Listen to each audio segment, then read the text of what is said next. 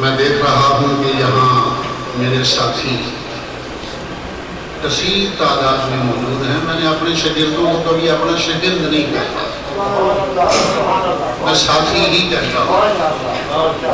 تو وہ کثیر تعداد میں یہاں موجود ہیں. اور محترم راؤ محمد اقبال صاحب ایک دفعہ میرے ساتھ آنے وال تشریف لے گئے تو انہوں نے جو منظر دیکھا وہ میں خود کو نہیں بیان کرتا، یہی بیان کریں گے. بہرحال یہ وہ سٹیج ہے کہ ہم یہاں کوشش کرتے ہیں کہ زیادہ سے زیادہ علماء کی تقاریر، تاکہ عوام کے پلے کچھ پڑے ہم کیا ہیں، کون ہیں، کس کے امتی ہیں، کچھ مسائل کا پتہ چلے. نعت خوانی بھی حضور کی ثنا خوانی سبحان اللہ، اس میں کوئی شک نہیں ہے. یہ ہمارے ایمان کی ندا ہے نعت خوانی، لیکن ہماری یہاں کوشش ہوتی ہے کہ زیادہ سے زیادہ علماء کی تقاریر ہو.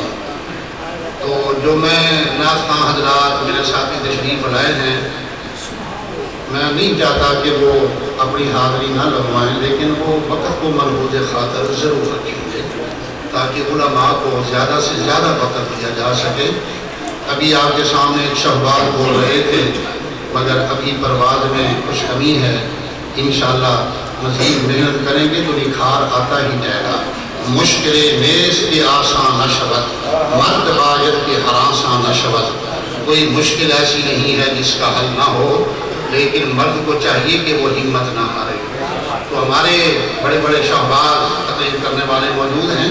انشاءاللہ جو وقت یہ گزرتا جائے گا یہ محفل اپنے چوکٹ پر آتی جائے گی. یہ مبارک گھڑی، یہ مبارک لمحات ممکن ہے زندگی میں پھر نصیب نہ ہو. ہم نے ساری زندگی بستروں پر گزاری ہے، اور یہ کتنے مبارک لمحات ہیں وہ اللہ اس کے رسول کی یاد میں گزر رہے ہیں. تو اس لیے آپ حضرات اطمینان کے ساتھ تشریف رکھیں.